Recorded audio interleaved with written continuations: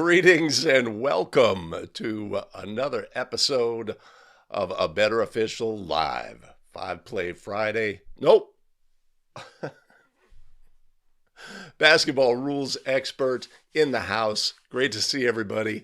Thanks for putting up with my delay here in getting started. But what do we want to do? I was committed to getting started with a run through so that we can ease our technical issues, our procedural issues. They're not technical, they're procedural, right? It's a bit of a complicated scenario I've got set up, but one that leads to, in the end, I promise, a smooth running show. Oh boy. Well, welcome to, we are here at the A Better Official Palatial Studios. I'm here with my tech team, the elite Gus and Oliver manning the controls, so we know nothing possibly can go wrong as we look at rules scenarios for National Federation of High School Basketball rules today. I hope everybody's doing fantastic. I hope everybody's games have gone smoothly. Possibly we have some rules scenarios that come into play that have arisen in games that you've had, right? So feel free to drop that in the chat. Nothing for me personally on the rules front. No interesting situations in the past week. But yeah, we're feeling it a little bit. I got a little Achilles thing, right? Stuff happens, right? We're not a spring chicken anymore. Martin Tim jumping in from Southern Indiana. Excellent. Gary Mouton, good morning to you and yours as well, Gary. A 42-minute daylight. All right. Excellent, Mike. So there is a Referee Magazine article about Alaska officials. I did not know that. I saw that. We'll cover that maybe in another episode. Crazy mileage. That is not a small state. Let's just put it that way. Oh my goodness. Jason Hayes jumping in. Good to see you, Jason, as always. The Zooch is in the house. Coffee it is. Dave Krieg. The entire tech team is in the house. Billy Mack from that little corner of Connecticut.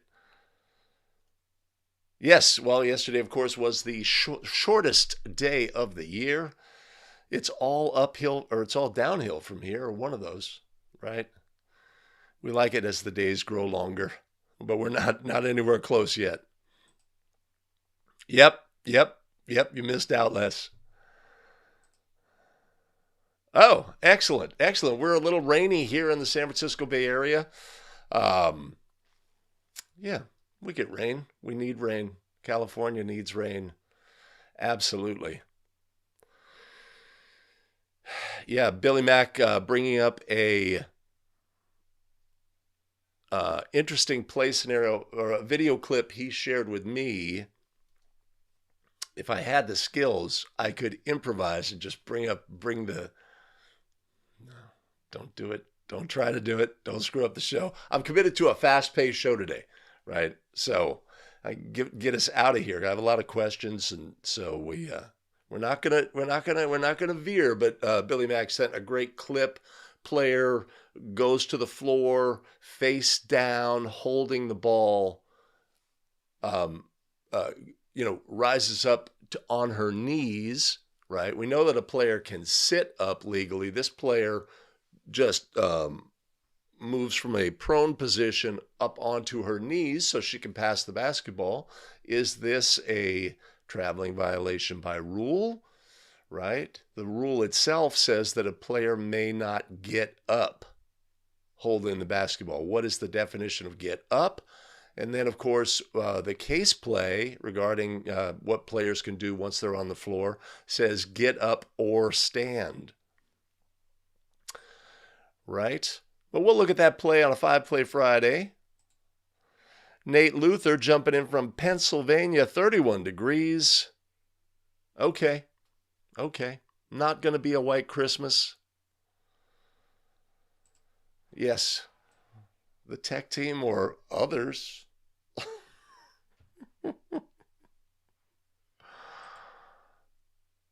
Okay. All right. Chicago, the warm Chicago is 21. My son was living in Chicago for a couple of years, so I'm well aware of conditions. Conditions. Yes. Yep. Could be. Could be. Might need one soon with all this coffee. I've been drinking a lot of coffee this morning. I may be amped up, ready to go. Anthony Solis jumping in from Hayward. Good to see you, Anthony. Excellent.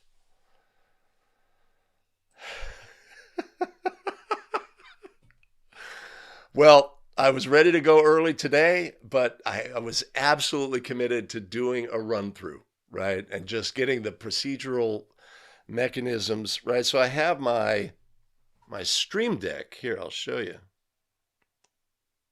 Right, my Stream Deck here, which helps me with the show, and so I have the ability to program things so that they happen automatically, right? So we can move between scenes, right? This scene I'm centered here, and then there'll be another scene where I'm over here, and there's stuff over here, right? The transition between, and then I'm doing some complicated things in the background. So have to have a procedural understanding. I did a lot of work. Me and my tech team did a lot of work configuring things, and then you like do the show, and then come back a week later. You haven't touched it or what have you. So, like, which buttons do I press again? That is absolutely a thing. Aaron Bender jumping in from the Badger State. Is it the Badger State? I know they're the Badgers. Is it the Badger State? I don't know. I don't know my state nicknames.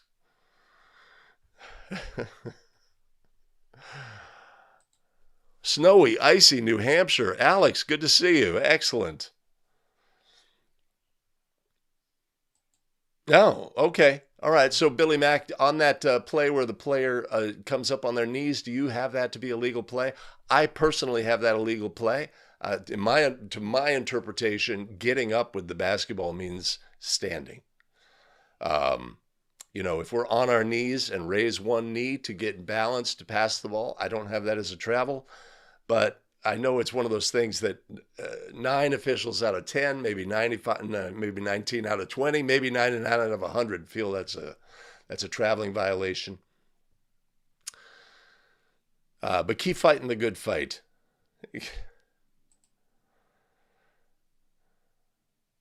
Right. So Jason Hayes, this is the question I avoided last week.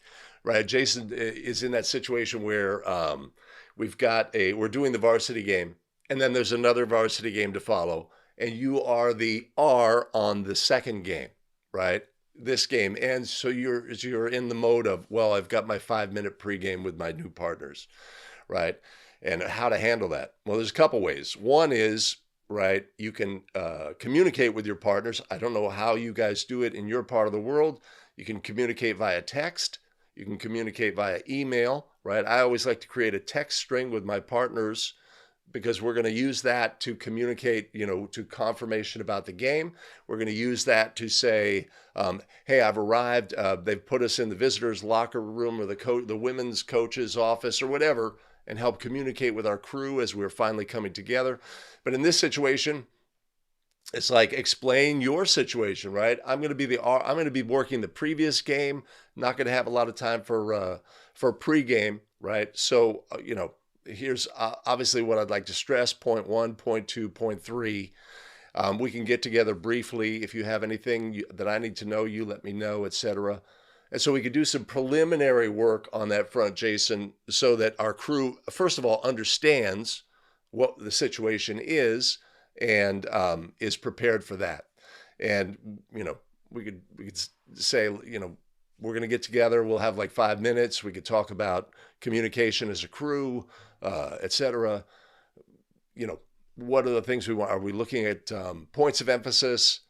I've had this team before. The coach can be a problem. We can address that briefly, et cetera, et cetera. So you're going to lay the groundwork there, and then maybe you get some essentially some pregame activity in that text string, right, that can, make up for the absence of time in real time, right? So we get together briefly. Now we're out on the court. Maybe we can do more work out on the court, right? Use that time to talk about some things that pregame related as well, right? So you're in the situation. You got to do the best you can. That would be my guidance on that, Jason. I apologize for glossing over that last week. Paul Clay here in the Bay Area, down in Fremont. Excellent. Good to see you, Paul. Yeah, crazy stuff in Alaska.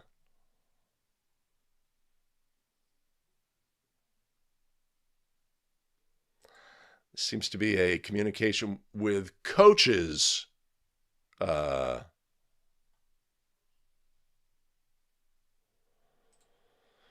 Good morning, Samantha Howard. Good to see you. Let us know where you officiate from. I do not recognize that name in the chat.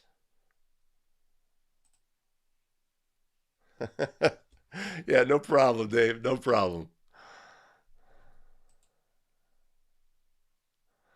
Oh, hey, Bob. Chili Bob is in the house. Well, when, Bob, will we be having another pregame? When are you going to be back on the court? My understanding is you're not this year, but let me know if Bob had to step away due to his job. Always great to work with Bob on the court. On the court. All right, tremendous. Tremendous. All right, let's take a look. See now, let's take a look at the rundown.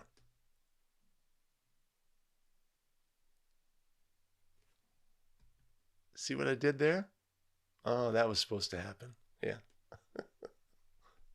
That's me.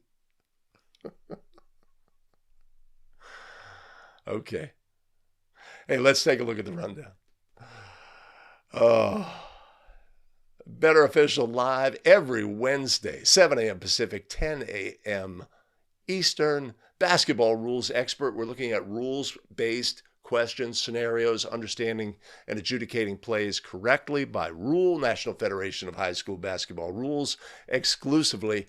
And then every Friday, 5 Play Friday, we break down game video, look at all the things related to what's going on the court, how we can take positives, avoid negatives, and get better as basketball officials. If you're new to the live stream, put new in the chat. Let me know where you officiate from. I'd be pleased to meet you. If you're new to me, my name is Greg Austin with A Better Official, where we attempt to craft video that helps basketball officials get better and take control of their officiating career. And if you have an opinion about a ruling on any of the plays we discussed today, put your voice in the game. Jump in the chat. We've got a great community of officials here discussing the intricacies of the rules of basketball. And if you could take a moment right now, there's a share button down below on the YouTube stream. Share the video to all your favorite venues so that more officials can join the stream, get better together. I go there, and I go there. See, these things happen when I press the right buttons. You got to press the right buttons. Okay, let me make sure I am in the right spot. I think I am. Jay in the house from Central Illinois, longtime viewer, first-time caller. Hey, Jay, great to see you on the chat. Awesome. Anthony Ciccarelli from Colorado. Excellent, excellent.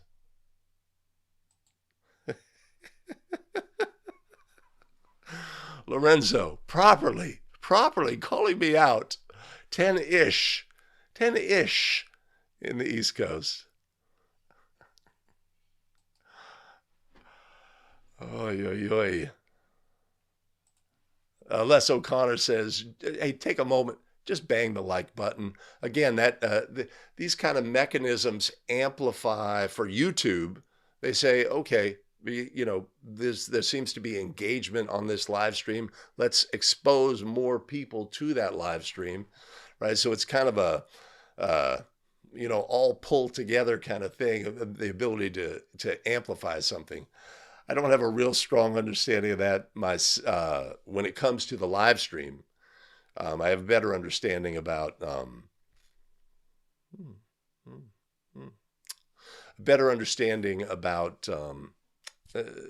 once a video is published on YouTube. But we're learning all of the time. I am staged. I am run down. So I think what I want to do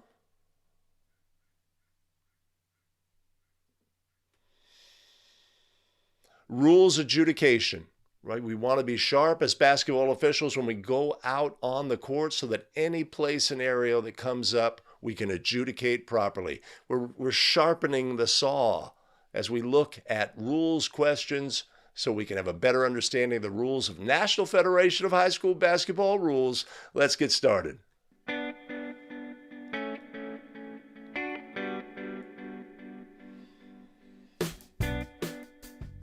Greetings and welcome back to another episode of the Basketball Rules Expert, the show where we take National Federation of High School Basketball rules and lift them off the printed page, breathe life into them, simplify, clarify, and amplify so that we could take the rules with us onto the basketball court where it is most important. Greetings again, everybody. My name is Greg Austin with A Better Official. I've been a high school basketball official here in the San Francisco Bay Area for a while. Consider myself to be knowledgeable about the rules of basketball, and this show is designed to help you on a journey to becoming a basketball rules expert as well. If this is the video content you find valuable, great time to do all the things. Hit like, subscribe, and notify so you don't miss out on any of our new content. We live stream every Wednesday and Friday. Jump in the chat, put your voice in the game, and join us for the live stream. Allow me a moment to thank our tremendous show supporters who help fuel our broadcast. Chris Healy, Chuck Kazulis, Gerald Mazzucci, Nate Luther, and Kevin Scott. Much appreciated and much love. If you want to support the show, you know I'm going to put a link down in the show notes below. All right, today we are looking at rules questions. 15 rules questions. We're going to have to crank through these so that we can properly understand and adjudicate plays out on the basketball court. Give me a moment. Let me make sure I'm set up.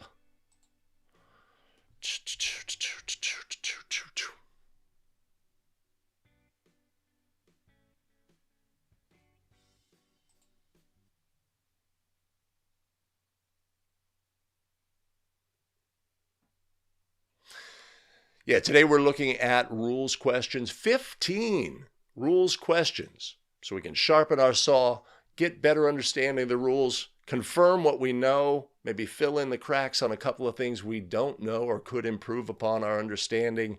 Let's get started today with our very first rules question. Before the contest, both coaches verify that their teams are legally equipped. In the third quarter, A1 is discovered wearing jewelry. A1 is required to leave the game and remove the jewelry. A1 is assessed a technical foul, and the head coach is assessed an indirect technical foul. Correct or incorrect? Right? I mean, we asked the coach, Coach, are your players properly equipped and will play with sportsmanship? The coach says, yes. Yes, they are. Later on, we have a player in the game. This player has jewelry on. They are not properly equipped. Coach, you said your players were properly equipped, right? So we assess a penalty on the coach, right? Is that what we do on this play, right? There was an attempt a couple of years ago. It was a point of emphasis that the attempt was to bring the coaches on board with the handling of illegal equipment and illegal apparel. coaches have a better understanding of the rule involved. But in the end, there is no penalty for either the player or the coach in this situation. If a player is discovered to be improperly equipped, they are directed to leave the game. If they repair their situation, right? It says A1 is required to leave the game and remove the jewelry. No, they are required to leave the game. They are not required to remove the jewelry. If they want to participate further, then they must remove that jewelry in order to participate, right? But we're not directing players that they must remove jewelry. We are directing them to leave because they are illegally equipped. So our correct answer in this scenario is obviously this is incorrect.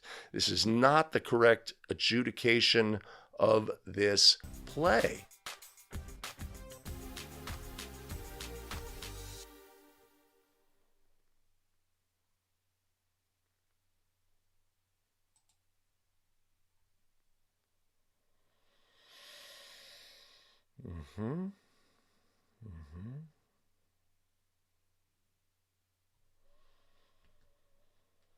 This is not the correct adjudication of this play, right? There is no penalty to the player. There is no penalty to the coach. Player must leave the game by rule. Once they have left the game, they may return to the game. Obviously, the clock must properly start before they may return to the game. But once repaired, once no longer illegally equipped, that player is perfectly entitled to return to the game. There's no penalty involved in this situation. It's critical to understand that. A couple of years ago, it was a point of emphasis trying to bring coaches on board. We don't want any lingering mistake about a penalty in this situation. John, joining us from Dallas, Texas. Good to see you. Good to see you. Zooch. Yeah, we should all get this. This is really straightforward. It's not a big deal. The key thing to understand is a player is illegally equipped, must leave the game, right? Now, of course, we know we get into situations, players come in, we didn't see it, but they have one of those rubber wrist things, a Livestrong, back in the day that we were Livestrong, celebrating some cause or what have you. Oftentimes we'll just say, hey, we need to get rid of that. They toss it on the side of the court. They forgot they had it on, etc. If we find jewelry, of course, that's a little bit different. We're going to have to remove that. We may have to go through some drama. But I just put them in, coach, I just... But obviously we cannot participate wearing jewelry. Absolutely essential that we do not. Yeah, we try to clean everything up as much as possible, Lorenzo, during warm-ups, right? We can't always. Sometimes shooting shirts have long sleeves. They cover something up. And, the shooting shirts come off, and all of a sudden we've got something we didn't see. Sometimes the earrings, a little nose ring for players, just super small. There's just a glint there. We didn't see it during warm-ups. And we discover it in the game, right? And it's simple, right? Stop play, right? Or at the appropriate dead ball, they say, hey, 12, we need to fix that jewelry situation. Coach, I need a sub. 12 has some jewelry. Let's repair that. We get them back in the game, right? Subs here, we sub them out, etc. It's just a business transaction, right?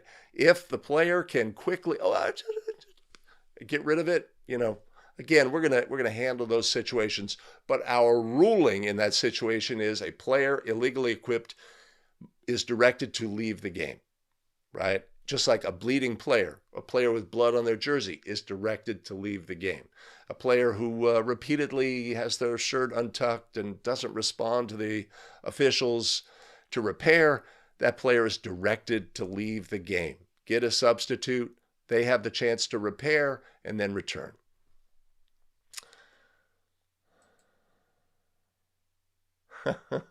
Yeah, okay. Nose rings or tongue studs. Yes. Thomas Hennian jumping in from Virginia. Excellent. We got Alaska, New Hampshire. Where's our Florida contingent? We're dominating in Missouri, Texas, Colorado. Man, Pittsburgh. Where's Pittsburgh? Okay, Randy said that's great counsel as well. If we're stopping the game, right, not during a dead ball or not when they rush onto the court after they've been beckoned and we see they have something on their wrist, of course, that's always for me personally, when players are at the table, I'm not saying, well, hold on, let me evaluate everything about you to make sure you're legal, right? His shirt tucked in. It's usually we beckon them onto the court, and as they're coming on, we get that final check. Hey, can we tuck in? 12, tuck in, right? Something like that, or hey, we got to get rid of that off the wrist. Usually something like this, and they know, right? Okay, all right. Oh, the Red Zone's from Pittsburgh. Awesome. Bracelet for religious significance. So, if players are wearing a religious medallion, that is allowed by rule, but must be properly obscured and taped, right? So if a player has a medic alert bracelet, let's say, although I think the technology has improved where they can, if they have a medic alert or a religious something, even something, a necklace around the neck, right? As long as it's taped, you could imagine the KT tape that's very popular being used to, hold that in place, etc., or a wristband covering that, etc. But by rule, legal, but must be properly taped so that it's not a factor. Nobody's going to catch a finger on it. Nobody's going to get hit with it, etc. Must be taped. Okay. All right. The ship is in the water. All righty. Let's take a look now at our next rules question. A1 in the backcourt is dribbling toward the division line. While still in the backcourt, A1 throws a pass that's deflected by B1, who has front court status. The deflected pass goes up into the air, bounces in the backcourt, and is then recovered by A1, who is still in the backcourt. What's the correct ruling on this play? A, once the ball takes on front court status by the touching of B1, no Team A player may be the first to touch the ball in the backcourt. B, in order for the ball to take on front court status, it must touch an offensive player. Since the ball never touched an offensive player, the ball never had front court status, and therefore it cannot be a backcourt violation. C, A1 may recover the ball on this play because even though B1 touching the ball gave the ball front court status, the ball bounced in the backcourt, so it once again took on backcourt status, and so A1 is allowed to recover legally. The ball is bouncing and taking on backcourt status is essential on this play. Or D, A1 is allowed to catch the ball without penalty, and since the ball took on front court status, a new 10-second count would begin, right? Backcourt, this is a funky play. Player's dribbling, throws a pass, defender bats the ball. It goes up in the air. Well, like maybe it's batted way back into the backcourt, bounces in the backcourt. What are the important variables on this play that make adjudicating the play properly, right? Backcourt, National Federation of High School Basketball rules, simple. Team control on the court. Players dribbling the ball in the backcourt. We have team control on the court. Last to touch front court, first to touch backcourt. Who caused the ball to go into the backcourt in this situation? Who was the last to touch in the front court? The opponent, right? So a backcourt violation is going to be off the table here. Now, there was an incorrect interpretation in the past that's been repaired that said In this instance, where the player bats the ball from the front court, the offensive team has to allow the ball to land and can't catch the ball in the air. This is an erroneous interpretation. It has been repaired by National Federation of High School Basketball rules.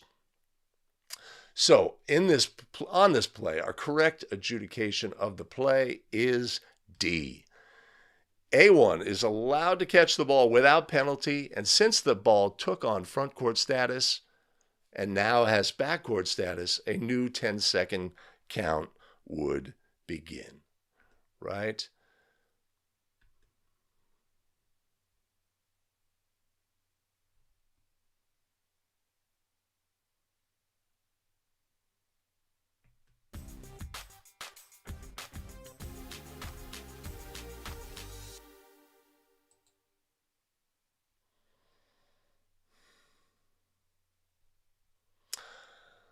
Okay. All right. Okay. I got it. Bear with me.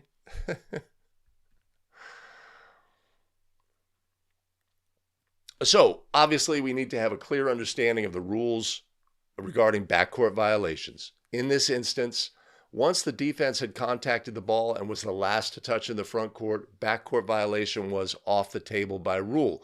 That erroneous ruling from the past has been repaired, and actually language has been added to the backcourt rule, which states if the defensive player is the last to the touch in the front court, any offensive player may legally recover in the backcourt. A little bit unnecessary, but again, trying to fix that erroneous interpretation from the past. Patrick Whitson jumping in. Mike Connors. The Florida contingent has arrived.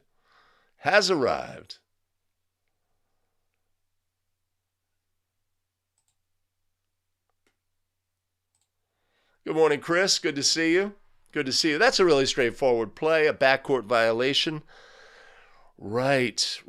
And so I'm adding this transition in to help me with the editing process.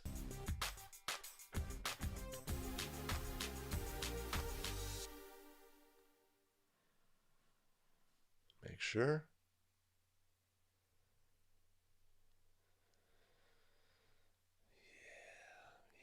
All right, we're feeling good. All right, a simple backcourt play. Have to understand backcourt plays. Let's look at our very next rules question.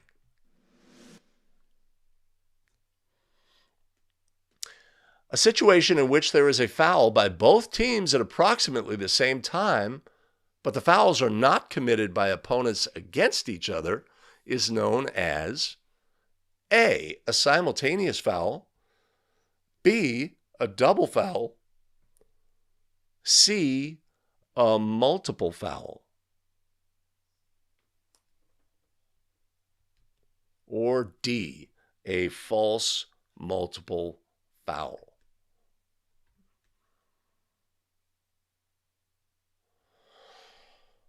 Button pressing problems, right? There's a foul by both teams at approximately the same time, but the fouls are not committed by opponents against each other. If the opponents committed against each other, then we would have a double foul by rule, right? We know how to adjudicate double fouls, report both fouls, resume at the point of interruption, right? Simple, straightforward.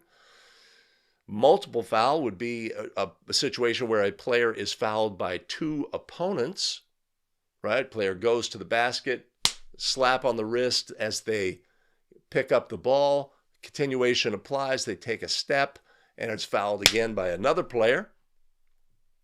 That would be a multiple foul situation. Or a player rises up, one player hits him down low, one player hits him up top, player falls to the floor, etc.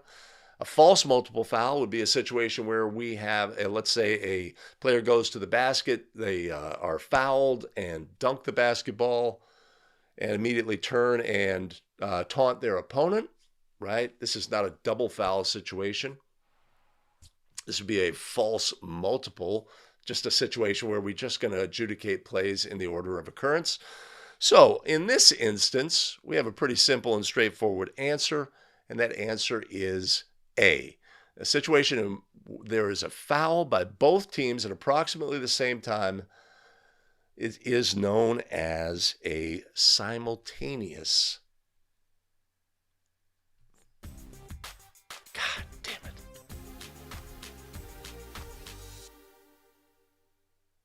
Sequence. This is known as a simultaneous foul, right? This could be a situation where there is a foul at one part of the court and a foul at another part of the court at approximately the same time, right? Tough plays because we're going to have to put things together as a crew in that situation.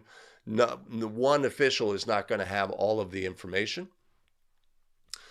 And they don't happen often, simultaneous fouls. Maybe of all of those listed, this is the one that happens. No. Multiple foul is definitely the one that happens the least. Hey, simultaneous. Everybody knows. Don't let it happen, says Randy Wilson. Avoid. Find the first foul. Find the first foul.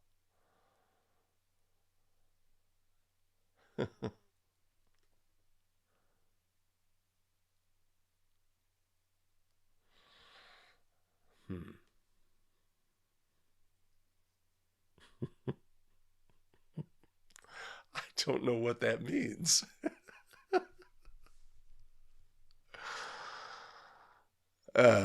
Billy Mack, a multiple foul is a unicorn. Yes. I think it's been suggested previously by somebody else that multiple fouls happen. We just don't call them as such because the second foul is incidental contact. But the play I would think about is player goes to the basket and a defender, let's say, grabs their arm as they are picking up the ball as part of their layup, right? That foul occurs there, pulls them a little off balance, but they still can continue to finish. And then if a second player came in and raked them on the arm, basically preventing the basket, that would seem to be what a real multiple foul would be, right? Because that second contact wasn't incidental, right? That second, because we were in continuous motion rules frame, that second foul had an impact on the game. So usually in a multiple foul situation, the second foul is just incidental contact.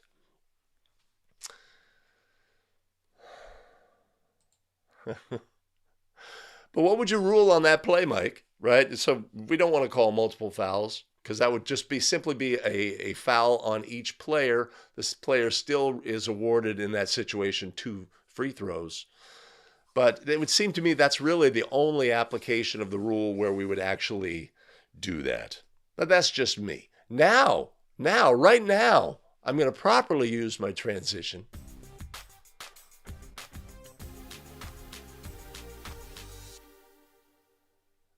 And I will say, now we know what a simultaneous foul is. Let's move on to our next rules question. With 10 seconds remaining, A1 is fouled by B1. It is the 7th team foul on Team B. A1 goes to the line for a 1-on-1, makes the first, but misses the second, but the rebound is tipped in by A2. As Team B is bringing the ball up the court following the goal, the half ends. During the intermission, the official scorer alerts the officials that the foul on B1 was actually only the 6th team foul on Team B and that A1 should not have received a 1-and-1. What is the correct ruling? A. Disallow the unmerited free throw by A1. The basket by A2 counts, and the next quarter begins with an AP throw-in. B. Erase the made free throw by A1 and the basket by A2. Give Team A the ball to start the next period since they should have had a throw-in instead of free throws for the foul on B1. C. It's too late to fix the unmerited free throw, but the basket by A2 should be disallowed. The quarter ended, so go to the AP arrow to inbound the ball to start the next quarter. Or D. The correctable error period ended when Team B had the ball at their disposal for throw-in following the goal by A2. No correction can be made in this situation. Wow, a lot of words here, right? But let's think the scenario through. We're near the end of the first half. Player is fouled. Scoreboard says 7. Table says 1-1, right? We administer the free throws. Player makes the first of their bonus free throws. They miss the second, but the ball is tipped in by their teammate. The opponent takes the ball out of bounds, dribbles down the court, maybe fails to get off a last-second shot, and the half ends. Great. We go to the table. We collect our jackets. Everything's great, right? We are, feeling good, right? We're in the locker room. Hey, ref. Hey, ref. And our scorer is coming to say, hey, we made a mistake. At the end there, instead of 17 fouls, they actually only had 6, right? So put yourself in that framework, right? Okay. What actually happened, right? We're talking about a problem player in the game or a situation, a block charge play, coverage, etc., how we can improve. Are we sticking to, we're focusing on other things. And we get presented with this situation, and it brings up a couple things. One is when we have a correctable error situation, we have to reconstruct what has happened. If we are like 7 minutes into our halftime discussion in this situation, right, we're going to have to okay, wait a minute. Well, what happened? How did it go? Right? The player was fouled and we went 1-1, and what happened next? Right? It may be difficult to reconstruct that. But as a crew, we should be able to do that and figure out whether, first of all, are we in the correctable error time frame? Right? That's number one. And if we are, what would happen? Right? We have a situation where there were unmerited free throws. We have activity that occurred during the unmerited free throws. Right? Do we cancel that, etc.? These are really, this could be a real puzzler in this situation. And also, we have to recognize, okay, we're going to adjudicate this play. We're going to make a ruling on the play. And how are we going to start the second half? And how are we feeling as we start the second half? No, we nail the ruling here. This is what's going to happen. Maybe we do some explaining on the court and we're ready to go. And we're confident in our ruling because we have an understanding of the rules. If we're not confident in our ruling, right, that's going to carry over into the second half. So in this play scenario, it's important to understand. So we have an unmerited free throw situation. The first free throw is successful. The second free throw misses. Teammate contacts the basketball on a tap. The clock properly starts. Ball goes in the basket. Ball becomes dead. Player takes the ball out of bounds. The opponent attempts a throw-in pass, right? So our ball became live when the ball was at the disposal of the thrower. The clock properly started when the teammate tapped the ball.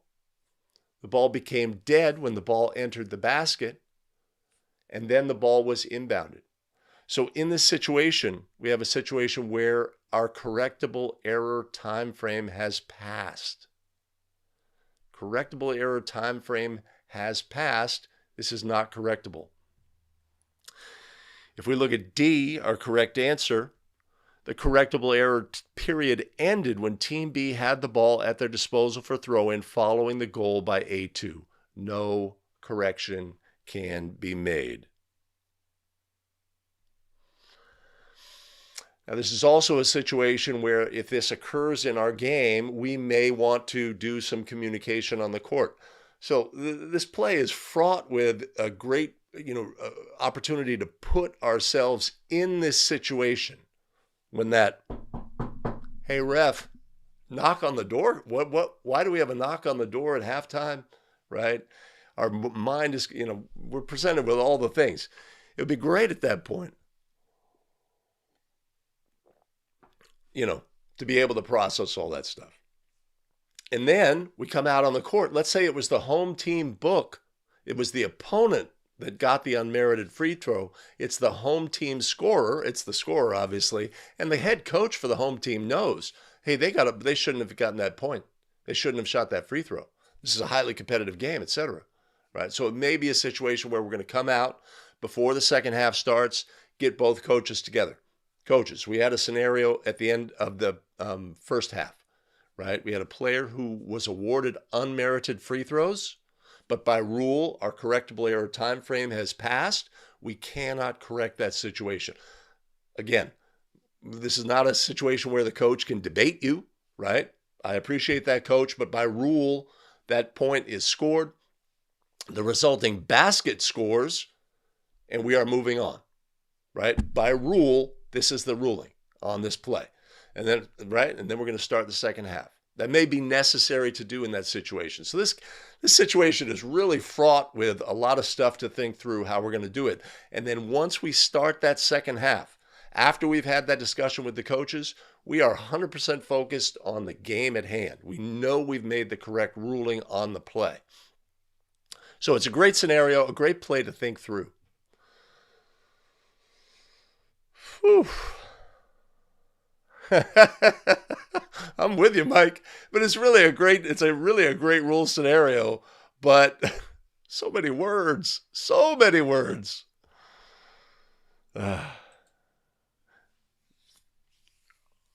Sounds like too late. Yeah, right. Sounds like, right. If we're anything short of absolutely too late to correct, right? And so we'd really have to reconstruct this as a crew. Let's talk it through, right? Okay, erroneous, unmerited free throw. Ball became live for the first free throw. The player made it, right? Does that affect our time frame? No, because the clock did not properly start. Second one, right? Made it or missed it, but the teammate tapped the ball into the goal. The ball became live. The clock properly started. The ball became dead. The opponent picked up the basketball. Of course, the official began a count, and they released a throw-in pass. At that point, our opportunity is terminate. But we need to have confidence that we've absolutely thought through the process. We are absolutely correct in our ruling. We can present the ruling with confidence and move forward knowing that we've adjudicated the play properly. And it's just like, hey, ref, you screwed up there. No, we didn't screw up. It said 7. The table said 1 and 1, right? It's one of those things that happens in our game potentially, and being able to extricate ourselves with confidence, knowing that we have ruled correctly, is really critical.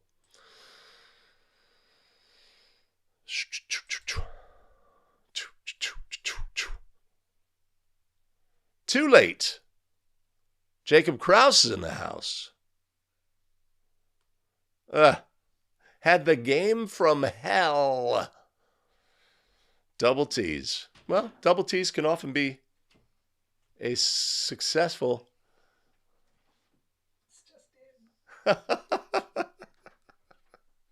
We've got results from New Hampshire.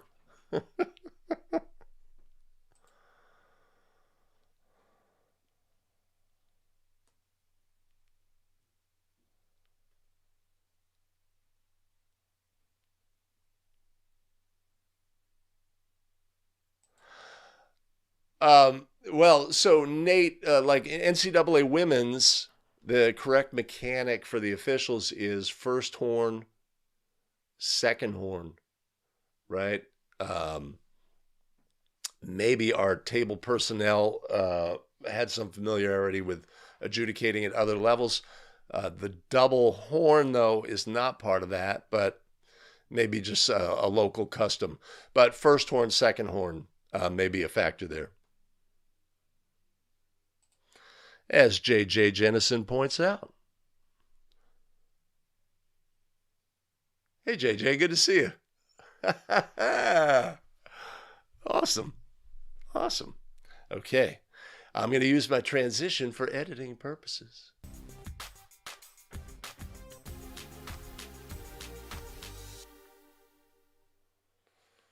All right, a correctable error situation, really get our mind focused, really get us thinking through how we would handle that in our game, try to make it vivid as possible, right, is how we'd analyze that play. But let's move on to a simpler rules question.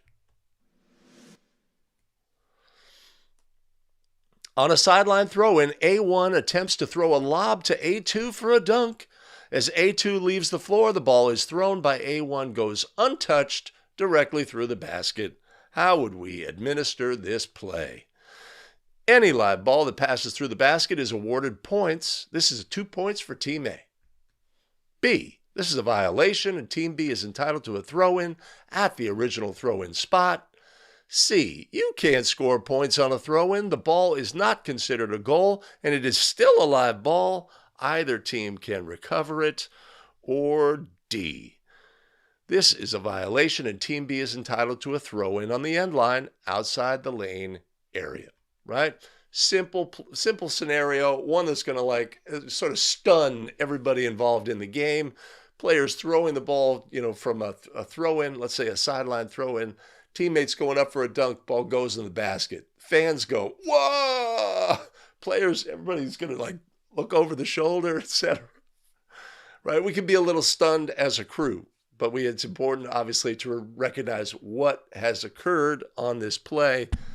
Is this illegal by rule, so that we can adjudicate the play properly? And once we make the correct determination about what we have, then everything else falls into line, because we have fundamentals that we take with us onto the basketball court.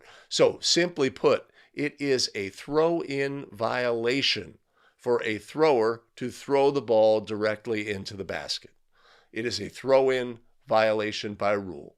So what is the penalty for a throw-in violation? Makes things really simple here. The penalty for a throw-in violation is always the ball to the opponent back at the spot of the throw-in, right? So we could be confused here because, well, wait, the violation occurred where the closest spot to the violation is where it went in the basket, so we'd have an throw-in violation, always back at the original spot. Throw-in violation, original spot. Really straightforward. If we look at for the proper answer on this play, our correct answer is B. This is a violation, and Team B is entitled to a throw-in at the original throw-in spot.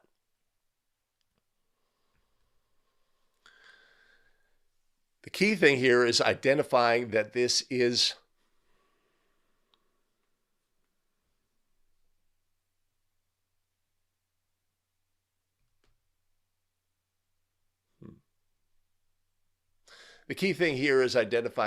a throw-in violation. Once we know it's a throw-in violation, everything gets really simple. The penalty for a throw-in violation is always the ball to the opponent back at the original spot of the throw-in, right? It's not where it entered the basket. It's back at the original spot, right?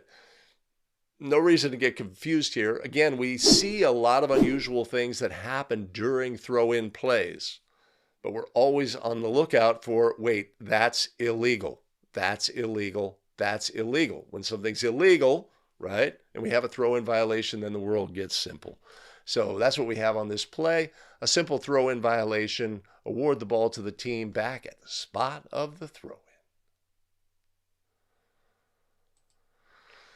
Alex pointing out it's rare, and that the element of surprise here. This is one of the... it's like it's a stun. We could be stunned for a moment, right? It's also a situation where our first-year official can save the crew, right? Hey, throw-in violation. Part of that's throw-in violation back at the spot. If, our first-year official who's in the rules book, who's watching, basketball rules expert, right? Our more veteran partners may be stymied by this situation.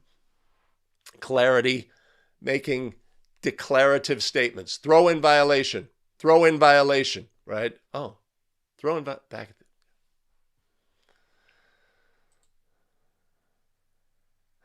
Right. It was on 5 Play Friday, Chris. And we see the exact reaction we would expect. All the players on the court are like this. Our officials are kind of... Processing.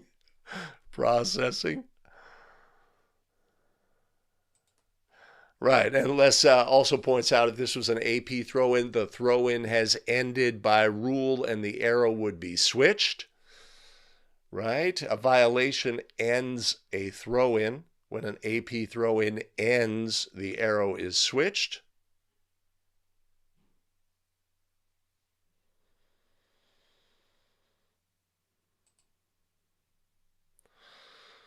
Yeah, I mean, you talk to assigners. Oftentimes, assigners will say, "Well, what do I want on this crew? I want a veteran, I want a game manager, I want a rules expert," right? And so, oftentimes, that younger official can fill that role. I know they are in the book. I know they are adjudicating plays properly, etc.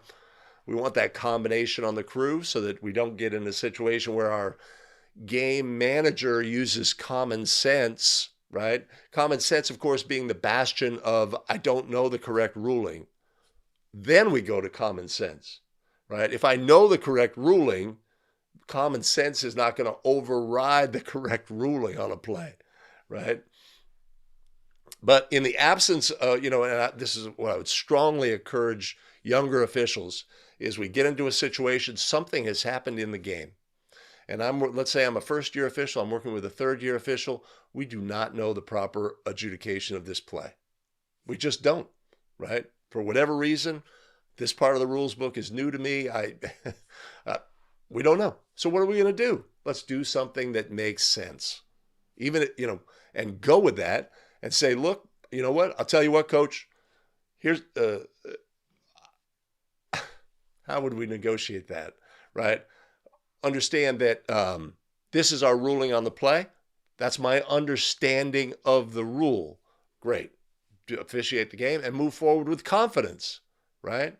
And then come back. We go back to the rules book. Oh, well. I did not know that was the ruling, right? Get better. Next time out in the court, we're a little stronger with the rules.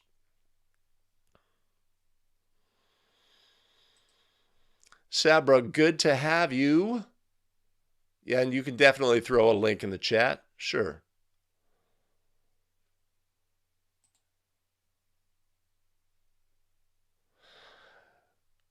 So Nate's talking about AP arrow switch. So your ideal scenario with an AP arrow switch is like if you've got one of the plastic triangular things, if you've got a timer who lifts when the throw-in starts and then switches and puts down when the throw-in ends, this is good. You'll sometimes, if you have a electronic, with arrows, they'll put their hand on the switch, throw-in starts, throw-in ends, then they switch. The switch should occur at the end of the throw-in, when the throw-in ends.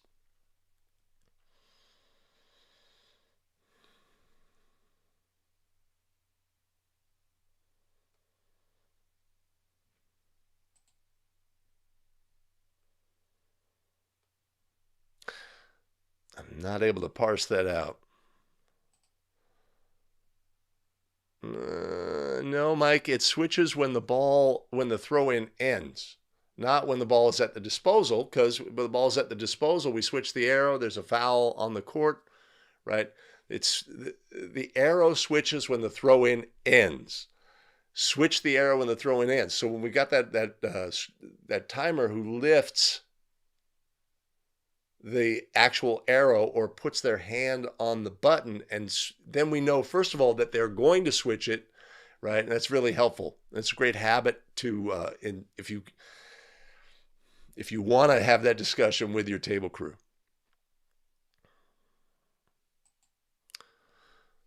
We resume each quarter, the second, third, and fourth periods with an AP throw-in.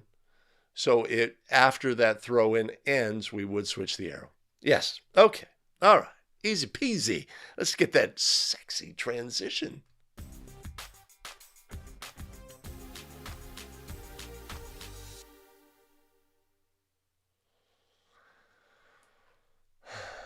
Where am I? Yeah. Okay.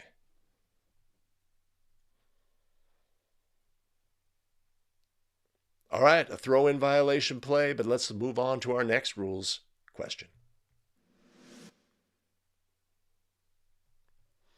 During warm-ups, the crew notices that 2 Team A players are wearing illegal colored headbands and one has the wrong colored undershirt. The officials should A, address the uniform violations immediately. Neither of the Team A players in violation shall be permitted to participate until they come into compliance with the apparel requirement. B, issue a player technical to both of these players. C, issue a direct technical on the coach for allowing the players to warm up. And our correct answer here, obviously, is A. We want to address the situation immediately. I guess if we think it through, by rule, players are not allowed to warm up without being properly equipped. In the real world, right, this would seem to be a very flexible situation. We want to get, if we have players warming up with jewelry, right, because this is obviously a safety issue. If a player has an arm sleeve that's got a decoration on the back that they're going to need to turn the arm sleeve inside out, does this need to be repaired right away? Come on, let's be practical. But I guess a key concept here is we need to understand that players need to be legally equipped even to warm up both prior to the game and prior to the second half. Players need to be legally equipped. This is usually an opportunity for us to discover any illegality and repair that in the appropriate fashion. If they are wearing something that is dangerous, preventing them from further warm-ups. If it's something that we can manage, hey, we're going to need to fix that, etc. Now, of course, in this situation,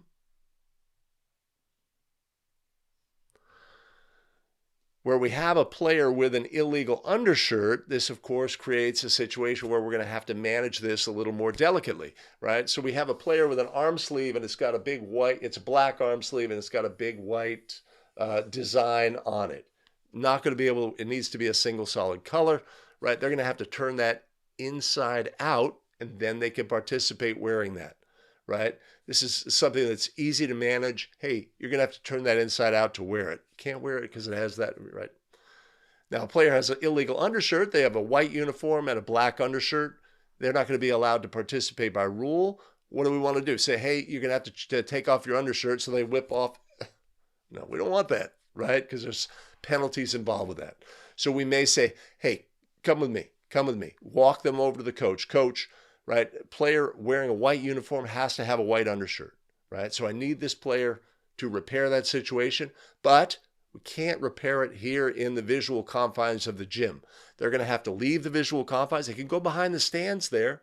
They can go out in the hallway. They can go back to the locker room. All of those are options, right? Repair that, a white t-shirt or no t-shirt at all, and we'll be good to go, right? But we don't want to create a situation where we tell the player, hey, you're going to have to fix that, leave them to their own devices. They go over to the bench area, they remove their jersey, and now we're going to have to deal with the adjudication of that. Of course, that is not legal by rule in National Federation of High School Basketball rules. So, a little bit different situation on that one, but a really straightforward situation here. Players must be legally equipped to participate in warm-ups prior to the first half or the second half.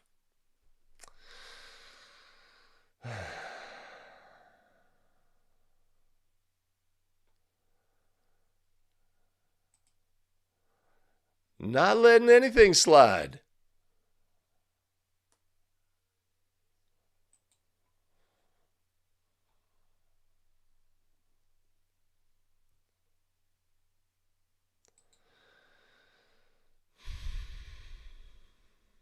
Chris asks if teams are made aware and players continue to participate even after the coach is made aware and acknowledges, then is a direct technical foul assessed to the coach correct? We're talking about players warming up prior to the game. Wow. That would seem how you would get to that point. It's obviously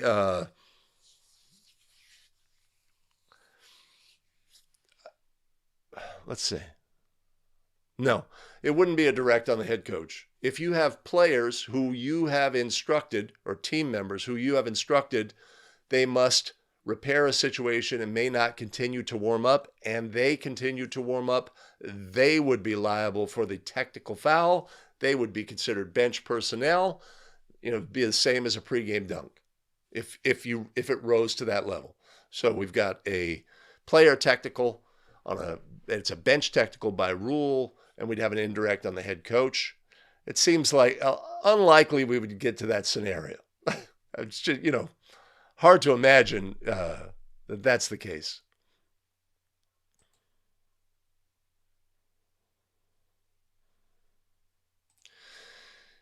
In Houston, earbuds not allowed on the court. I would say, if we think it through, right? Why can't I wear a stud earring, right? Because you get hit with a basketball, it's going to create an injury situation, right? If you have an earbud in and somebody throws a basketball, hits you on the side of the head, that's obviously a safety situation. And anything that officials deem to be unsafe, they have the ability to, if a player is wearing, sharpened fingernails, the officials could say, no, cannot participate.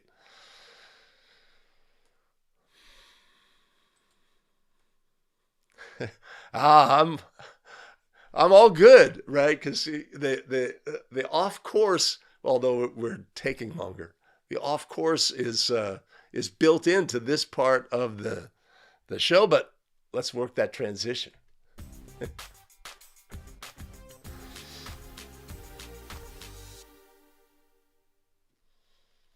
All right, let's move from the pregame to our next rules question. That's the wrong button. Let's look now at our next rules question.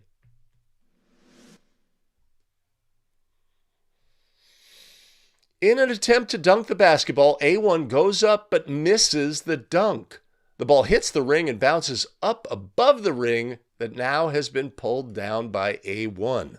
As the ring is returning to its original position, the ball comes down and hits it, springing the ball high into the air, where it then comes down and passes through the goal, having returned to its original position. How would we administer this play? A, this was offensive basket interference by A1 as soon as the player grasped the rim and missed the dunk since the ball was over the rim. B, since the rim had returned to its original position prior to the ball passing through, this is a legal goal, and 2 points for Team A. C, this was offensive goaltending since the ball struck the rim while it was returned to its original position and the ball was on its downward flight. Or D, this was basket interference by A1 when the returning ball hit the rim since the still broken rim had not yet returned to its original position. Okay, basket interference and goaltending, right? They can cause some confusion. If you haven't seen this play before, it happens in your game. This can be a challenging play to adjudicate. We're talking about a situation where a player goes to dunk and forcefully attempts to pass the ball through the goal. In doing so, the rim, as it's designed to do, breaks down, it loosens, right? The player has caused that to happen. They release, the rim returns, and the ball, which had bounced up, contacts that yet to return to its original position ball status, and the ball goes ga-boing, right? Bounces high into the air. In this situation, it ultimately returns through the goal. What is our correct ruling on this play? Right? It is basket interference if a player causes the ring to vibrate. When it says causes the ring to vibrate, that's what this is referring to, right? We have a situation where we have the flange here and the rim here. The rim is depressed. It's designed to release and depress, and then it returns to its original position. If the ball is contacted by the ring as it returns to its original position, this is a basket interference violation by rule. right? And when we see that language in the rules book causes the ring to vibrate, that's what it's referring to. It's referring to that. So in this situation, our correct adjudication of the play is D. This is basket interference on A1 when the returning ball hit the rim. Since the rim had not yet returned to its original position, this is a basket interference violation by rule, right? And when you see these play, when you see the ball unnaturally bounce as it is springboarded off off the rim, returning to its original position, that can really be obvious, right? It's great to see these clips on video so that when they occur in our game, we can recognize them for what they are. So the player's activity was all legal, but when the ball was contacted by the ring returning to its position, this invokes the basket interference violation on this play. Okay, that went pretty well. I'm happy with that.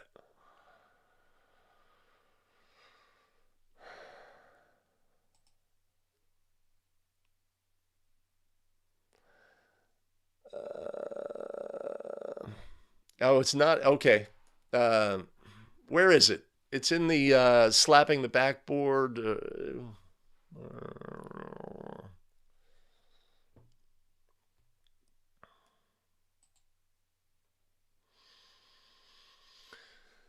Bob, that the activity depressing the ring is legal, right?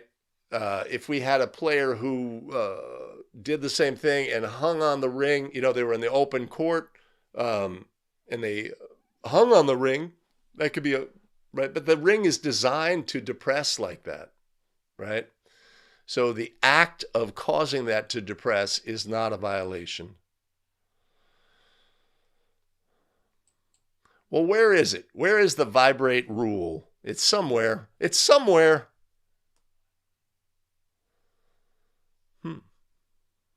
All right, Chris has a question. Had a scenario. I told the player to take off a sleeve because it had design, and they said okay. And the second quarter came in with the sleeve on, assessed a bench technical. This was only my 8th game, right? So that would be the incorrect adjudication. We have a player who is illegally equipped. The penalty, cannot participate. We've brought them in the game. Coach, I need a replacement. I need a sub. There's no penalty in that situation.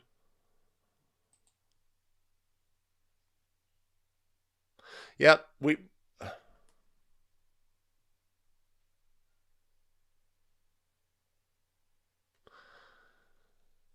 sounds like you were with an inexperienced partner. And so it sounds like we got to our common sense situation, right? We got to a rules adjudication question and we didn't have the fundamental rules knowledge with us.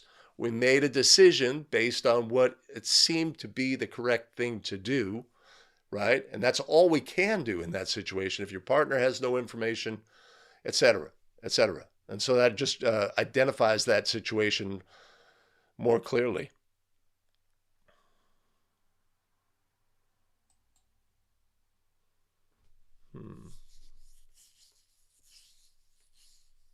Well, thank you for that. I don't know what I'm thinking.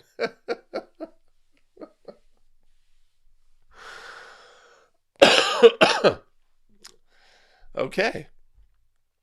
That was a little clueless. Let's move on.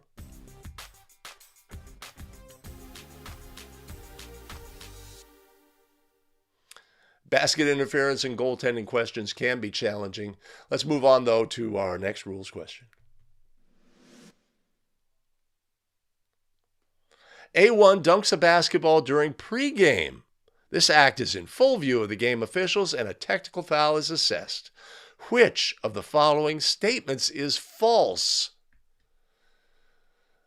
A, the game begins with Team B shooting 2 technical foul free throws and a throw-in opposite the scorer's table at mid-court. That sounds true.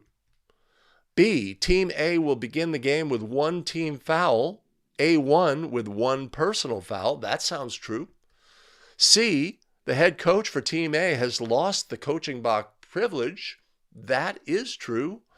Or D, the AP arrow will be set in Team A's direction when the ball is at the disposal of Team B for the technical foul free throws. Right. So D is, of course, incorrect.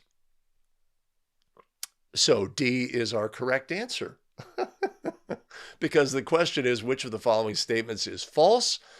To me, this is an example of a rules question, a test question that is, well, that's funny, a test question that's not the best. Not my favorite. Our correct answer here is D. The AP arrow will be set in Team A's direction when the ball is at the disposal of Team B for the technical foul free throws. No, it's set when the ball is at the disposal for the throw-in at the division line opposite the table. That is a funky question. Not our favorite. Rules questions are meant to discover whether the officials understand the rule. You may have a complete understanding of this rule, but kind of be befuddled by the language of that question. Yeah. This is a challenge. Hey, we film our videos using Ecamm Live. It's the #1 live streaming software for Mac. If you want to try it out, there's a link in the show notes where you can get started with a free trial of the software.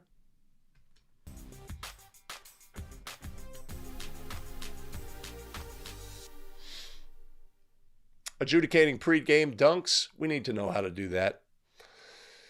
But let's move on now to another rules question.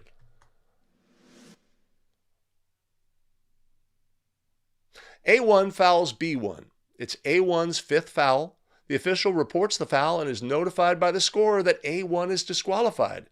In order, the official properly notifies the coach, the timer, and then the player of the 5th foul. At which point does the player become bench personnel? A, when the player is notified. B, when the timer is notified. C, when the coach is notified. Or D, when the 5th foul is initially reported to the scorer's table. Simple concept. We take it with us onto the basketball court. A player is disqualified when the coach is notified. Coach, that player has 5. Or coach, that player is disqualified for that flagrant foul, etc. At that moment, that player is disqualified. That's a simple concept. We could take that with us onto a... What are you doing?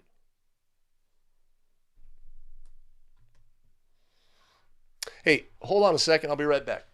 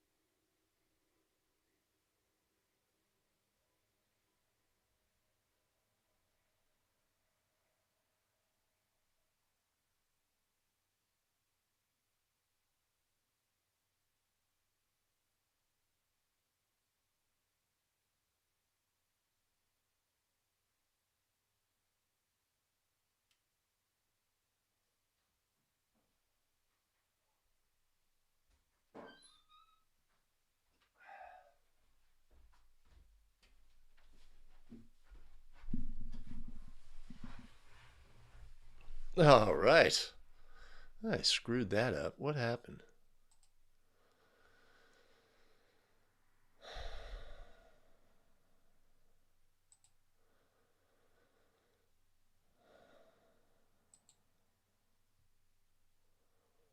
Okay.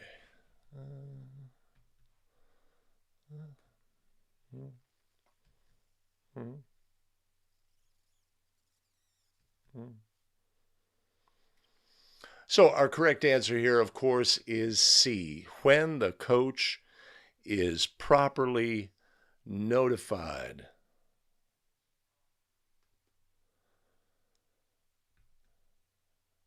right? We have to have that with us when we go onto the basketball court, that simple understanding of when a player is disqualified. Of course, what's going to come into play is if they have behavior after they are disqualified, which rises to the level of a technical foul, then we're going to need to know how to properly adjudicate that, because they are bench personnel by rule at that point.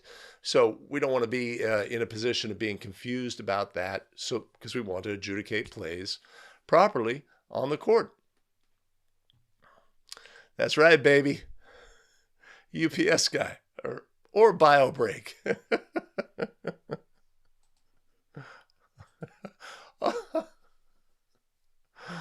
Awesome.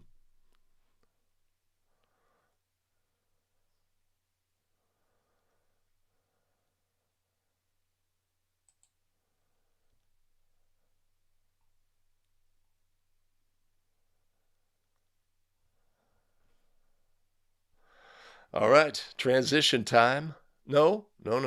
I see.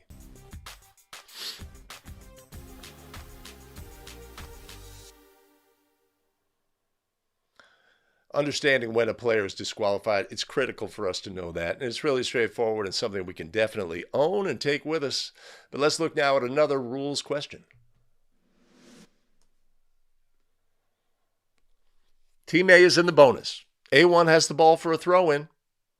A1 moves the ball and his or her arms over the plane to where both the ball and arms are over the inbounds area. B1 contacts A1's arms. A, the official warns B1 and gives Team A the ball for another throw-in. B, the official calls an intentional foul and awards 2 free throws to A1, followed by a Team A throw-in from the spot nearest the foul. C, the official calls a common foul and awards A1 bonus free throws. Or D, the official calls a technical foul and awards 2 free throws for Team A. Team A is then awarded a throw-in from the division line, right? So what is the correct adjudication of a bonus? Player, team's in the bonus. Player extends the ball over the court. Defender contacts the arms of the thrower and a foul is ruled. What kind of foul is it? That's a good question. What kind of foul is it to contact the thrower, right? We know that contacting the ball can be a technical foul if the player breaks the plane in order to do so. But when a player contacts the thrower, whether the ball is extended over the court or not, whether a player violates the plane and contacts the thrower, or whether the thrower extends the ball over the court, exposing their arms over the court, contact on the arm, in both of those situations, our correct ruling is intentional foul. It's an intentional foul to illegally contact the thrower, right? We need to have that understanding so that we can adjudicate the plays properly, right? Illegally contacting the thrower on the arm is an intentional foul by rule, whether that player is outside the boundary plane and a player reaches through and does so, or extends the ball over the court and the contact. In both of those situations. Now, we know that when they extend the ball over the court, the ball is fair game and the defense may contact the basketball, but always, illegally contacting the thrower is an intentional foul by rule.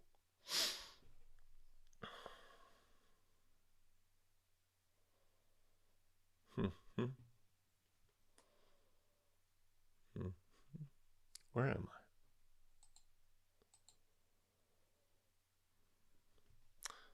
Did I get to the correct answer?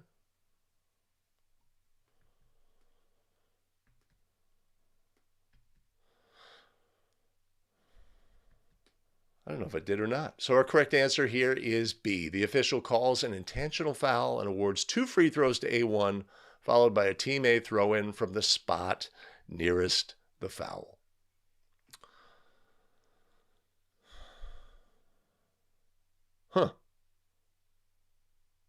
C? C? Oh, wow. That Is this not an obvious answer?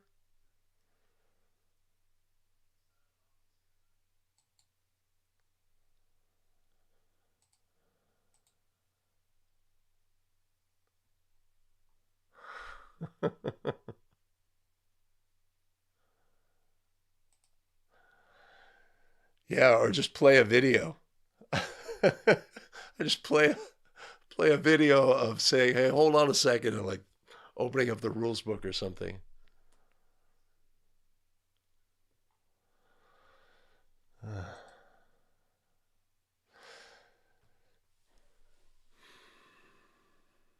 Right. So our correct adjudication in this play, if a player violates the plane and does the same thing, contacts the thrower, it's an intentional foul by rule plus a delay of game warning. If the offensive player extends the ball, if our thrower extends the ball over the court, it is simply an intentional foul by rule.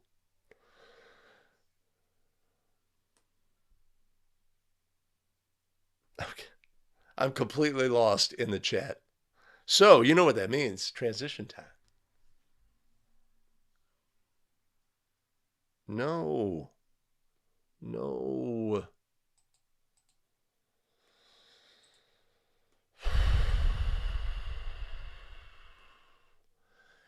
Transition time.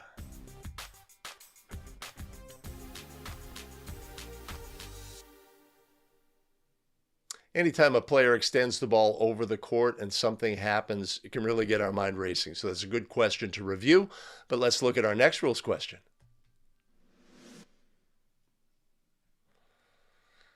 A team control foul is A, an intentional foul, B, a flagrant foul, C, a technical foul, or D, a common foul. Now, this is the kind of question we like. It's like 20 words. A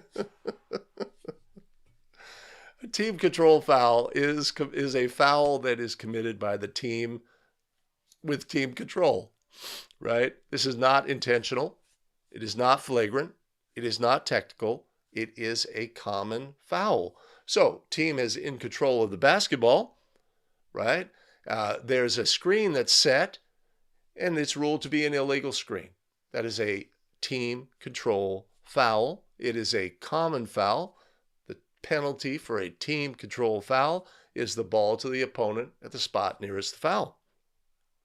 Now, if in that situation the same thing occurs and there's excessive contact on the screen and the player's knocked to the floor and excessive contact is ruled and an intentional foul is ruled. Well, that's something different, right? An intentional foul is something different. A team in control can commit an excessive foul, an intentional foul by rule. They can be assessed a technical foul. They can be assessed a flagrant foul, right? Our ball handler, right, could pick up the ball, swing an elbow, and contact the opponent in the head, right?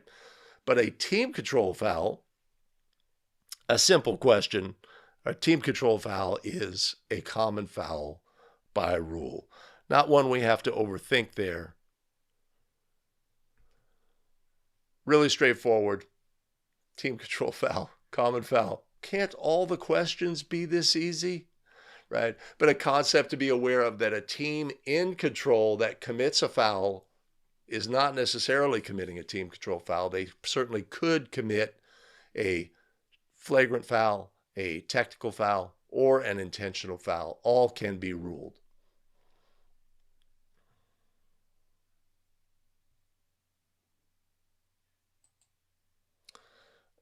Like not at all, or not reported as a team control foul? Yeah, yeah, baby. Yeah, don't be punching.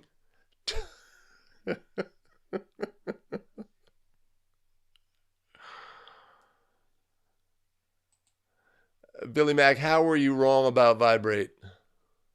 Let me know, because I'm obviously a little confused by that scenario.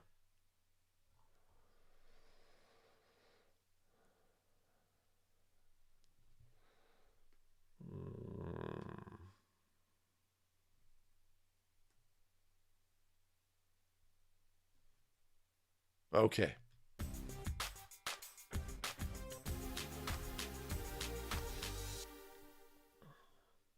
Our key takeaway there is a team control foul is a common foul, but teams in control can commit other kinds of fouls. Need to be aware of that and properly adjudicate those plays. Hey, let's look at another rules question.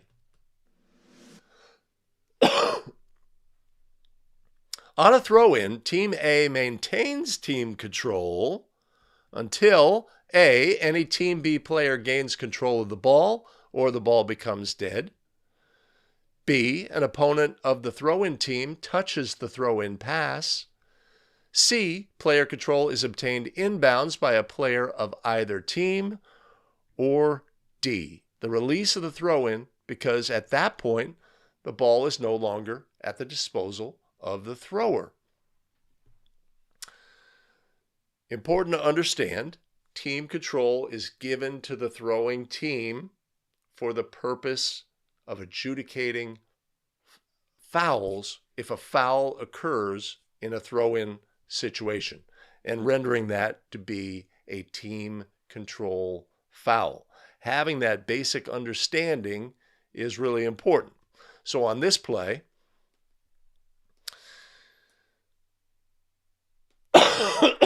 pardon me, until, how should we say this? So team control is given to a team, and when does team control end? Right? We always have to understand that there's three ways that team control can end. The ball becomes dead, the team releases a try for goal, or an opponent gains control of the ball. An opponent gaining control would be player control, a player holding or dribbling the basketball. So many situations in this instance can occur. We could have a situation where our thrower, I did that wrong, I apologize.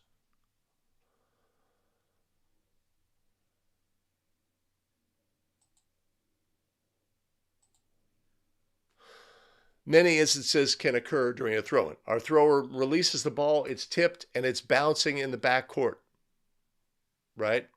In that instance, there is still team control. I've lost my train of thought there.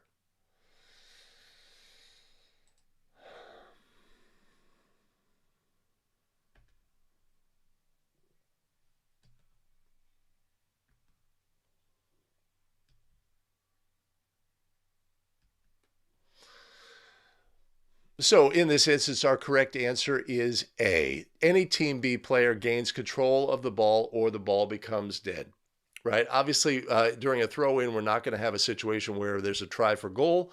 So a team gaining, the opponent gaining control of the basketball or the ball becoming dead will end the team control that is awarded during a throw-in.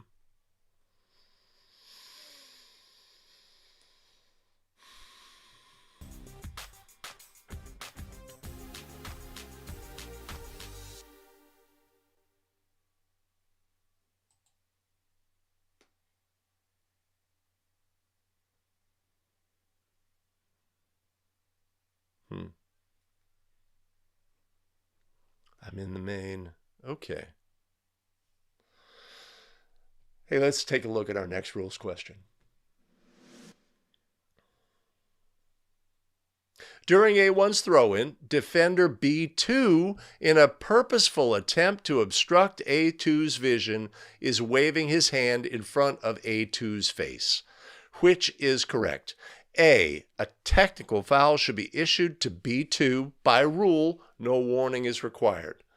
B, this is a legal play since A2 has an unhindered ability to move in order to see his teammates better.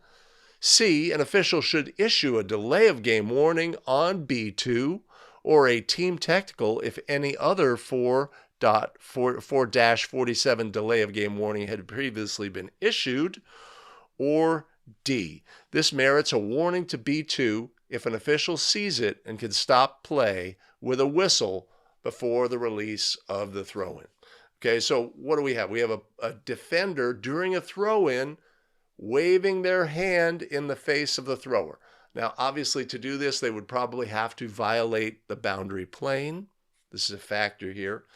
NFHS is really clear about this. They don't want players waving their hand in the face of an opponent because bad things can happen, right? This has a stiff penalty. This is a player technical foul by rule. So our correct answer here is A. Technical foul should be issued and no warning is required. Now, we know that in some situations we handle this a little bit differently. If we see a player start to exhibit this behavior, we tell them to knock it off, etc. But let's imagine a scenario where our thrower is out of bounds and our defender puts the hand right in the face, right?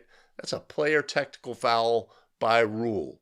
Now, since they also violated the boundary plane, we would have a delay of game warning assessed to that team as well,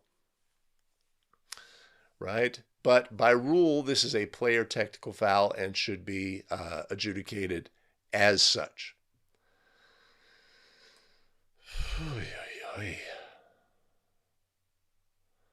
Chris wants to go with B.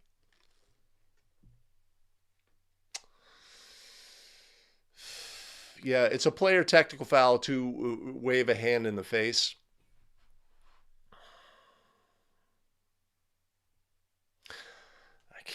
I can't. Let me see where I'm at.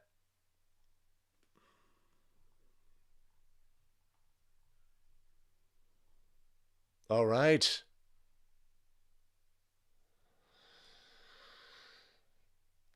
All right, 2 questions to go. Our penultimate rules question. After the 10-minute mark of the pregame, the coach from Team A requests to change 4 player numbers in the official scorebook. A, only 1 administrative technical is charged. B, free throws will be administered for all 4 number corrections. C, the head coach is charged with an indirect technical foul. Or D.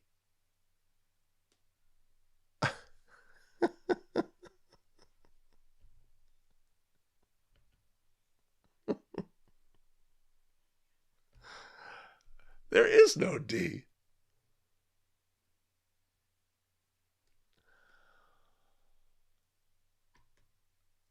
Or C, the head coach is charged with an indirect technical foul, right?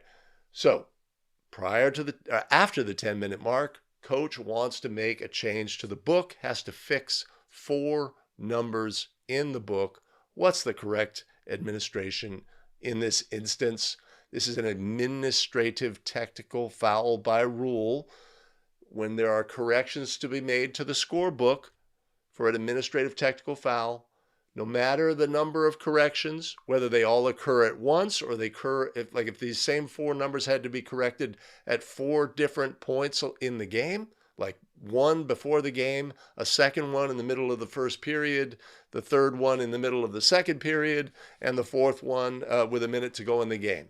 All of those corrections can be made properly. There is 1 administrative technical foul penalty assessed on a play such as this. So our correct answer here, the correct answer is obviously only 1 administrative technical foul is charged. Right? Understanding that this is unique, it's a technical foul in the game that we can have multiple instances of this correction being made and only 1 technical foul. So it's really important to have that as we go on to the basketball court to adjudicate plays.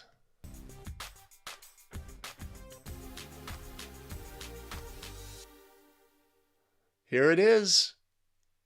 Here it is. Our final rules question.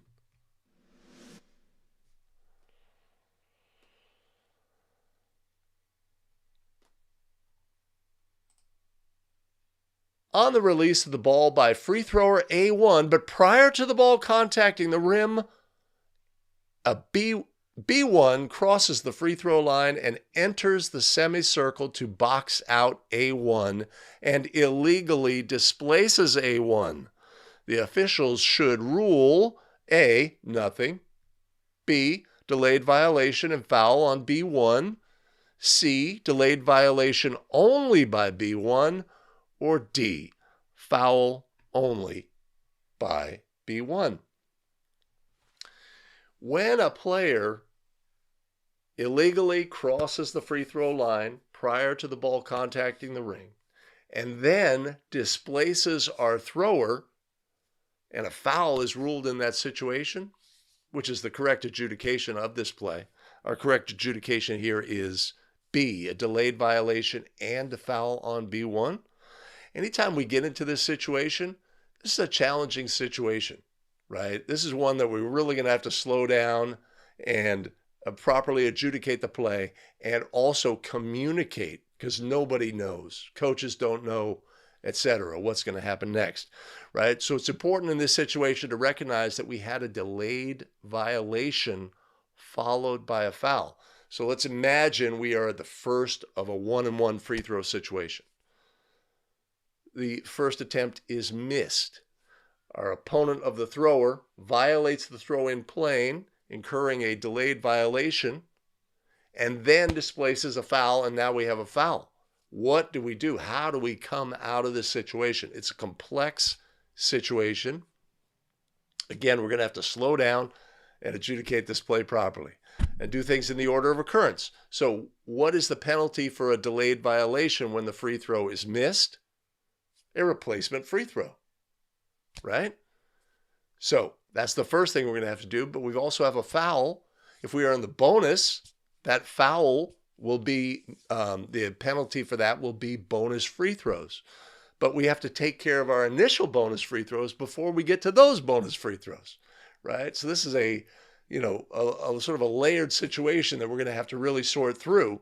We're going to have to clear the lane, resume with those merited free throws, bonus free throws, the first ones, and then fill the lane after those are completed, then fill the lane and resume the game with the penalty for the foul itself, which is bonus free throws. So in this situation, we may have to communicate well with our crew. We may have to communicate with the table. We may have to communicate with the coaches. It's a complex situation that's going to need a lot of clarification by the officials in this situation. So a great play to review and have a better understanding of. Oh, I see nothing. Good morning, Dean Hodges. Is it a two-shot foul for displacing the free thrower? No, it is not. This is not a shooting foul. This is going to be judged on its merits. So if you have a situation where the player is simply displaced, it is a common foul. If there is excessive contact during that displacement, it can be an intentional foul, but it's judged on its merits, and this player is not a shooter.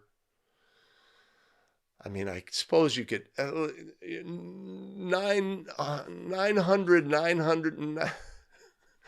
We're in the 99th plus percentile. We don't have players, shooting jump shots and being undercut in this situation. We have a simple displacement foul, and it's going to be judged on its merits. It's going to be a common foul always. Let's put it that way.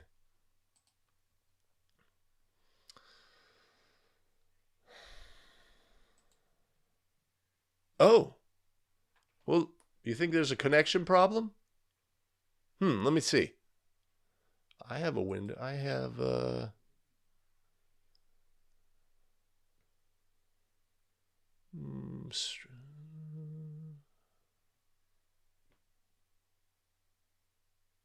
my daughter is home for the holidays, and she's probably live streaming or something. Huh. Yeah, Lance, we're going to clear the lane. Huh.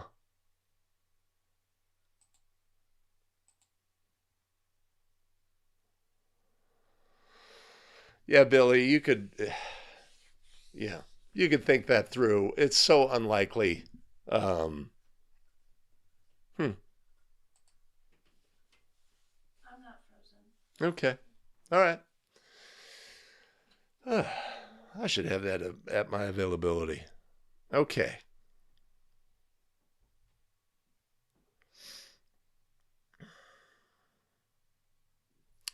All right. It's transition time.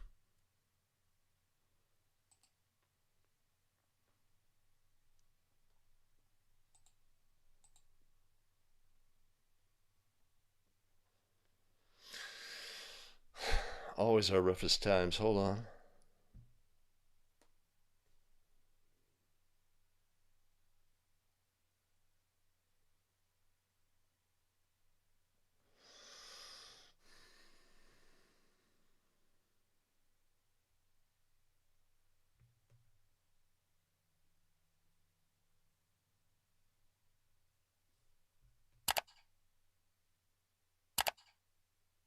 Hmm.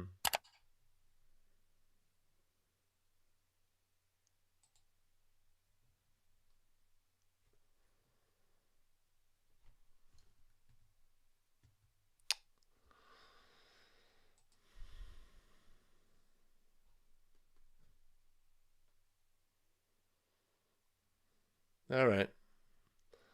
Hey, thanks for joining us today for the Basketball Rules Expert. Appreciate you sticking around to the end. Hey, if you have a moment, you could do all the things. You could hit like, subscribe, and notify so that you don't miss out on any of our new content. Remember, we live stream every Wednesday and Friday. Join us for the live stream. Jump into the chat, put your voice in the game, and we'll all get better together. Fantastic. Allow me to thank our tremendous show supporters, Chris Heenley Sr., Chuck Kazulas, Gerald Mazzucci, Nate Luther, and Kevin Scott. Much appreciated and much love. You want to buy us a coffee? You can always head to abetterofficial.com/coffee. I'll put a link above and in the show notes below. Tremendous. We've got additional video content available for you here. I've made this choice. YouTube made this choice. You make your choice. And we'll see you in the very next video. Take care, everybody.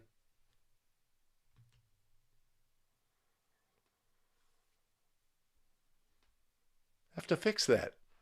Something's supposed to play there. There's supposed to be a movie in the background. Oh, man, I am exhausted.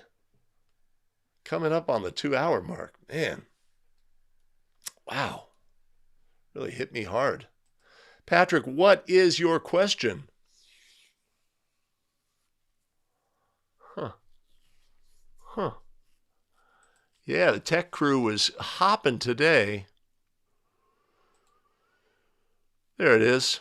Pulls down a movable ring so that it contacts the ball before the ring returns to its original position.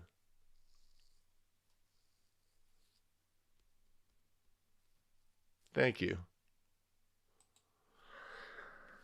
Billy, we might be dark next week, but maybe not. Maybe not. Patrick, tell us more.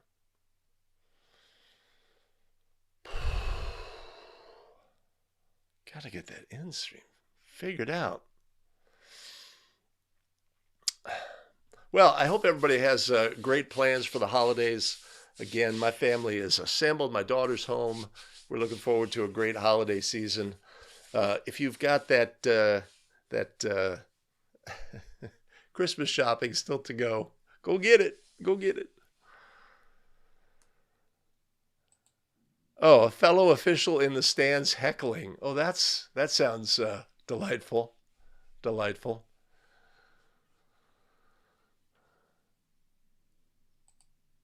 Zooch, that's the plan.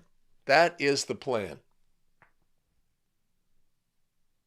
We will have some plays. Maybe I'll have that Billy Mack traveling play on there as well. I've got a number of clips submitted.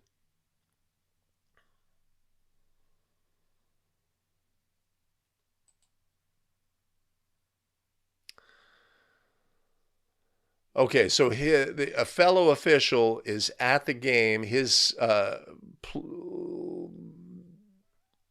has a kid who is playing in the game. You make a ruling of a foul on that player. Boy, you're kind of stuck. I mean, right. So basically, we have a situation where we have an official, right? They are an official. We know they're an official, but they have a son who's playing in the game or a daughter who's playing in the game, and you rule a foul on their player, and they act like a parent, right? I think the fact that they are an official there, all that does is reduce their credibility um, as an official, or as somebody that you deal with.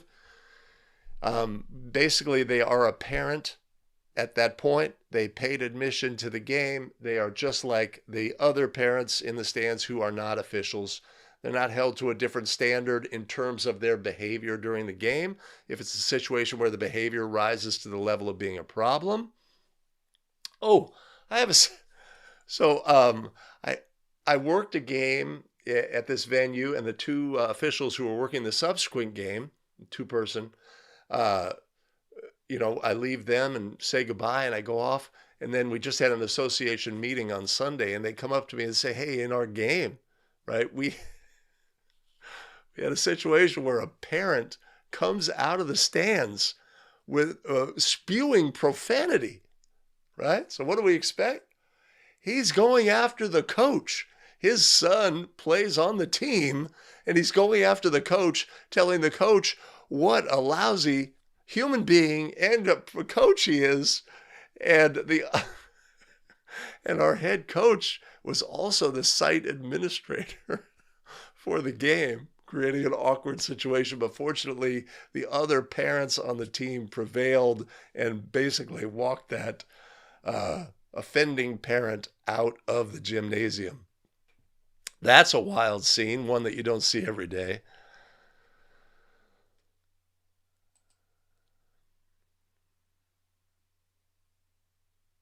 Yeah, Patrick, it's just a tough situation.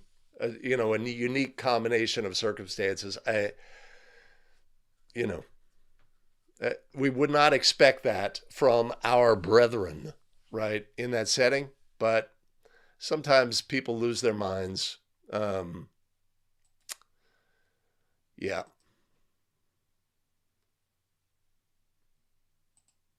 yeah, that'd be a great. Let me get a copy of your schedule. I want to be there, right?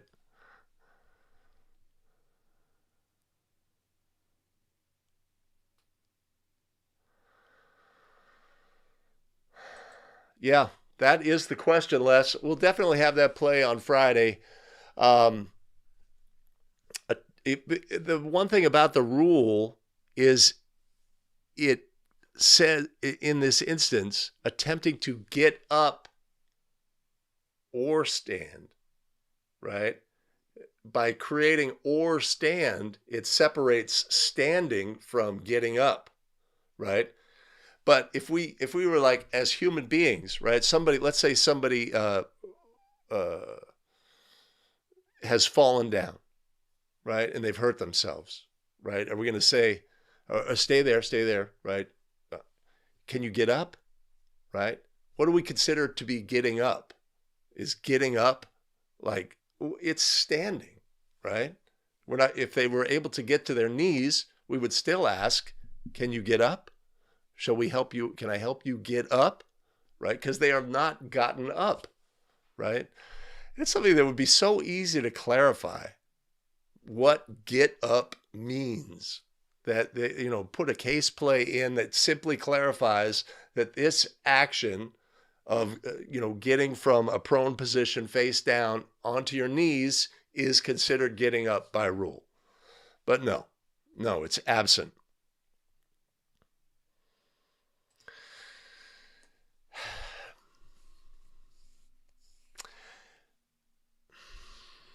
I don't know, Patrick. I don't know. It's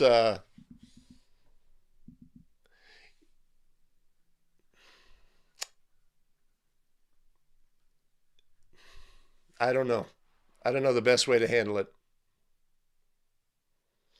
Um, I think what we have to do in that instance is just take the high road, right?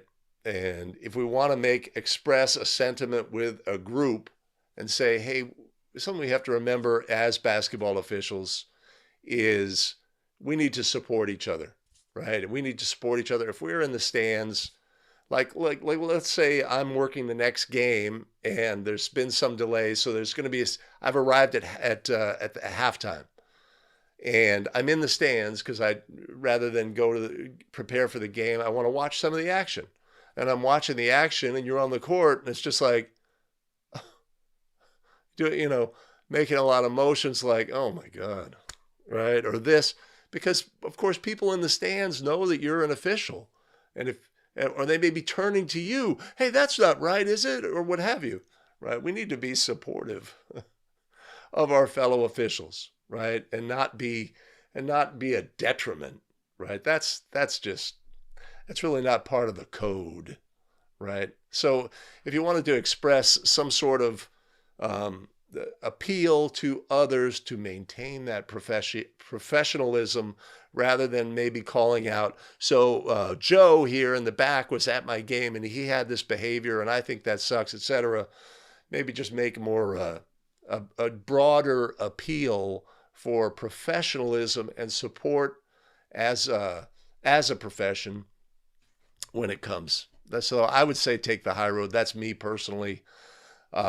But obviously, your relationship with that official is impacted and may not be reparable, but we will see. All right.